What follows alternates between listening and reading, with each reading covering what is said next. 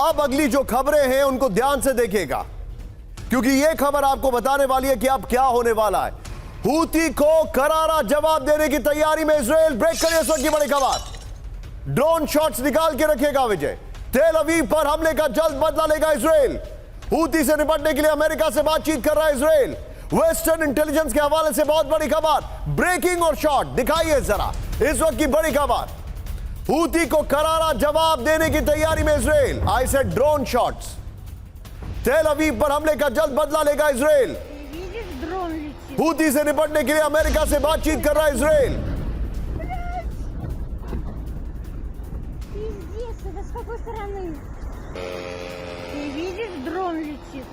से बड़ी खबर, ये इस वक्त की बड़ी खबर मैं आपको बता रहा हूं। सीधे इसके फ्लोर पर आइए। बड़ी खबर, बगल में ब्रेकिंग और शॉट चलाते रहिएगा, बल्कि बगल में हिजबुल्लाह वाली ब्रेकिंग और शॉट चलाते रहिएगा। यह हूती की खबर है। लेकिन विजय रुक जाइए, टेक्स्ट ज्यादा है तो इसको जरा हम ऐसे ही पढ़ते हैं। हूती से बदला लेने का काउंटडाउन। तेल अवीव पर हमले का विध्वंसक बदला लेने की तैयारी कर रहा है इजराइल। इस वक्त बड़ी खबर, अमेरिका के साथ मिलकर हूती पर हमले की तैयारी में इजराइल। हूती ने यमन से तेल अवीव पर हुए ड्रोन हमले के लिए जिम्मेदारी। 19 जुलाई को तेल अवीव में अमेरिकी दूतावास के पास ड्रोन हमला। इस वक्त की बड़ी खबर, हूती का एक बैलिस्टिक मिसाइल और 4 ड्रोन से हमले का दावा। वेस्टर्न इंटेलिजेंस के हवाले से बड़ी खबर। ये देखिए, अब जरा जो जो ऑप्शंस हैं वो मैं आपको दिखाता हूं। ये देखिए, पहले मैं आपको ये मैप समझाने की कोशिश करूंगा and I am keeping my fingers crossed. हाँ, मैप आ गया। ये देखिए सीधे, ये देखिए, ये है वो जगह जहां पर हमला हुआ है। ऊपर इन्होंने इतना बड़ा बड़ा इजराइल लिख दिया जो आपको दिखाई नहीं देगा, बट नेवरदलेस ये इजराइल है, हम सब जानते हैं। राइटिंग द ऑब्वियस, ये तेल अवीव है, यहां पर हमला हुआ है। गाजा स्ट्रिप यहां पर है। अब वहां से लेकर यहां पर इस इलाके पे हमला करना है, जो कि यमन आधा कट गया है। थोड़ा क्रिएटिविटी है, लेकिन ये देखिए, ये अब इसमें कैसे होगा। या तो आप रेड सी से अटैक करेंगे अमेरिका के साथ मिलकर, या आप वहां से डायरेक्टली 2000 किलोमीटर दूर अपने फाइटर प्लेन्स भेजेंगे। ये मैं समझने की कोशिश करूंगा अभी विनोद सर से, क्योंकि ये फाइटर प्लेन का जो मामला है समझने वाली बात है। ये देखिए, या फिर आप ड्रोन का सहारा लेंगे उसी रूट से, लेकिन ड्रोन के लिए हूती तैयार होगा। सीधे आइए, यमन के ऊपर मिसाइल और ड्रोन हमला, पहला ऑप्शन। दूसरा, यमन पर इजराइल के फाइटर प्लेन से हमला। तीसरा ऑप्शन, अमेरिका के साथ मिलकर रेड सी में हूती पर हमला।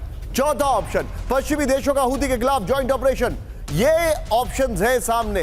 ये सीधा आइए, इस वॉल को लीजिएगा, इस खबर की ब्रेकिंग और शॉट लीजिएगा। विनोद सर के पास में चलूंगा। Vinod sir, please pardon my knowledge, lack of knowledge. क्या 2000 किलोमीटर दूर तक हमला कर सकता है कोई भी फाइटर प्लेन जो इजराइल के पास है अभी?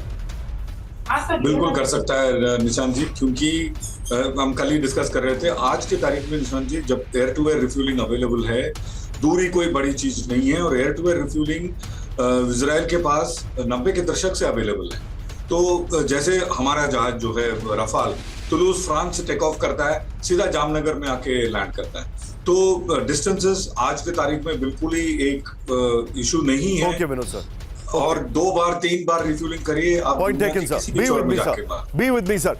मेरे साथ यहीं पर इसी फ्रेम में लीजिए शंकर प्रसाद सर को। सर, आपका अंदाजा क्या है, कौन सा ऑप्शन है? ये लोग हूती पे कैसे अटैक करेंगे, क्योंकि America has let them down. क्योंकि मुझे याद है अमेरिका के वॉरशिप्स हूती को कंट्रोल कर रहे थे वहां पर, that they should not go that far, लेकिन यहां पर वो फेल हो गए। इनका एरियल डिफेंस कौन सा ऑप्शन है, कैसे अटैक करेंगे ये हूती पर? बिल्कुल ठीक कहा आपने। हूती पर अटैक केवल missiles, long range missiles, long range artillery sorry नहीं हो सकता, लॉन्ग रेंज मिसाइल्स हो सकता है, ऑन फाइटर एयरक्राफ्ट से हो सकता है। मोस्ट लाइकली फाइटर एयरक्राफ्ट से इस्तेमाल करेंगे, जिसके लिए हूती के पास कोई जवाब नहीं होगा। उनकी एयर डिफेंस कितनी पुख्ता है वो मुझे मालूम नहीं है, लेकिन इतनी पुख्ता नहीं हो सकती कि उनके फाइटर्स को वहाँ ड्रॉप कर दें। तो I think Vinod will agree with me कि most probably in all probabilities अगर उसको इफेक्टिव वहाँ करना है कुछ डिस्ट्रक्शन, तो वो एयर पावर से ही करेगा। लेकिन समझने की बात यह है, क्या हूती डिस्ट्रॉय होगा? That is the major issue Nishant. The pointed issue is, क्या हूती डिस्ट्रॉय होगा कि सिर्फ यमन के अंदर डिस्ट्रक्शन होगा? यमन के अंदर डिस्ट्रक्शन होगा जिस तरह से लेबनान में डिस्ट्रक्शन हो रहा है।